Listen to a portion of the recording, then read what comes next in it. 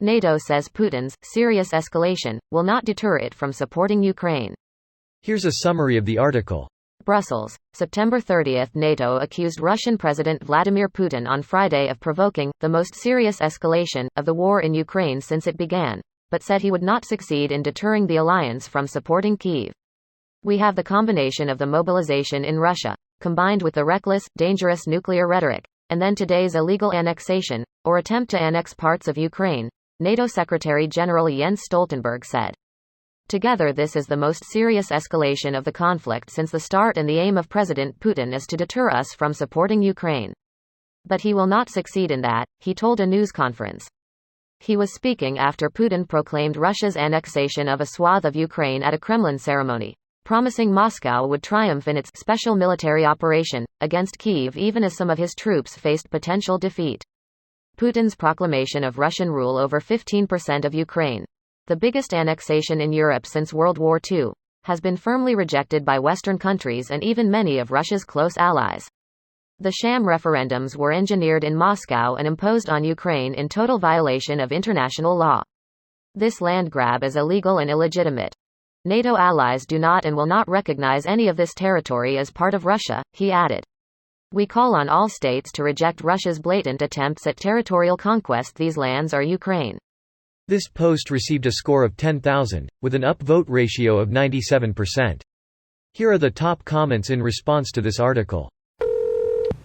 Putin's behavior will be studied as the most extreme example of sunk cost fallacy. In history, he seems convinced that just one big moment will result in the West just giving up support of Ukraine. However, he underestimates how committed the West are.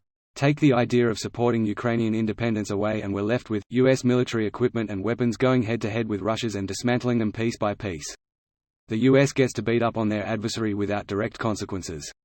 Win-win. Not to mention how firmly planted the US's place on the global arms trade is gonna be after this. It's no secret that the US and Russia have been competing for worldwide arms exports. Who's gonna line up to buy Russian weapons over American weapons after this? The world learned this after the first Iraq War. Demand isn't the issue. If you're buying arms from Russia or China, it's because the US won't sell to you. Or because, while you want that F-35, you can only afford the Wish version. Yeah, but the F-35 and F-22 don't have two-seat versions. But the Sukhoi Su-57 does. So suck it, Maverick. Gen 5 vs Gen 4 fighter face-off for plot reasons. They even did a 3rd versus 5th gen face-off. That movie was amazing. It's the pilot that counts. Appeasement has never worked and only allows the imperialist to get even more brazen and comfortable with annexing land. Putin still thinks he's going to throw a temper tantrum and get out of this mess. Nobody's blinking. Bring it on. Thank you. If he is allowed to get away with this, he will keep doing it. This has already been proven. Yeah, he wants the Eastern Bloc back. He'll have to settle for a bullet to the head. Or preferably a war crimes tribunal and a hanging. Yes, this ends with his execution video on the internet, e.g., Saddam Hussein execution, Gaddafi death.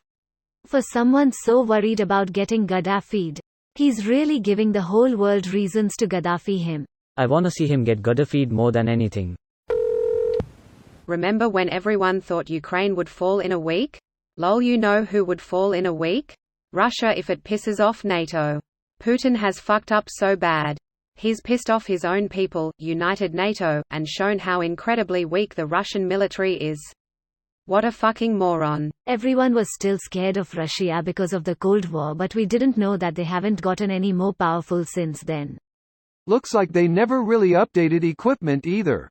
So if anything, not only did they not get more powerful, they actually got weaker given the USSR breakup. This video was automatically created by Reddit to speech.